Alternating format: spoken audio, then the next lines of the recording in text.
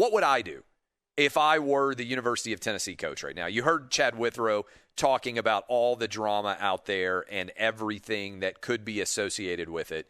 Dub, you just went through this at Auburn, right, where absolute chaos every direction that you go.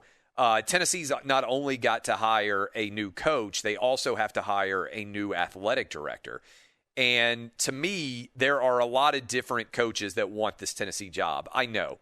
I think you could get Hugh Freeze. I think you could get who's the Liberty coach right now. I think you could get Jamie Chadwell, who's the really successful Coastal Carolina coach. Chad Withrow just mentioned that you could probably get Gus Malzahn, formerly of Auburn, Tom Herman of Texas. I think there are going to be other guys that are currently employed, assuming that Tennessee is not going to be playing much of a buyout here. The athletic department actually is in decent financial shape, but the analogy that Withrow gave is a good one, where it's like, hey, you need to remodel your kitchen and you end up burning down the whole house. And you're like, are we going to end up with a better house, or how is this exactly going to shake out? This is why, to me, from a pure drama perspective, in terms of just pure entertainment, I don't know that there's any sport in America more entertaining than the SEC, because you just don't know, particularly football, you just don't know what's going to happen from one moment to the next. I mean, truly, anything can happen. And there is so much passion in terms of the people in the South and how much they desperately care about whether their college football team is good. There's really no comparison anywhere else in the country. And I've spent a lot of time in California. I've spent a lot of time in Washington, D.C. I lived in the Caribbean. I've traveled all over the country.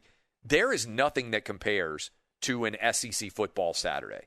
If you are out there listening to me right now and you're like, man, when COVID is over, come 2021, I'm setting my sports bucket list. We're going out. We're going to do everything fun under the sun you can imagine. If you have not been to a big SEC football game, you are wasting your life as a sports fan. And you will see the passion that I am talking about that, frankly, is unequaled in any other sport I've ever been to. I love watching NFL football, no comparison. I love the NCAA tournament, no comparison. Grew up huge college basketball fan, baseball fan, NBA fan, whatever you want to compare it to. Nothing compares to the intensity of a college football Saturday in the South.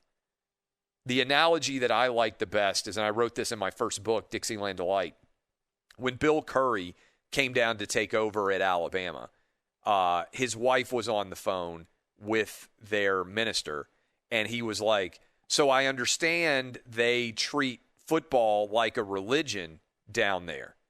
And she said, oh no, it's way more important than that.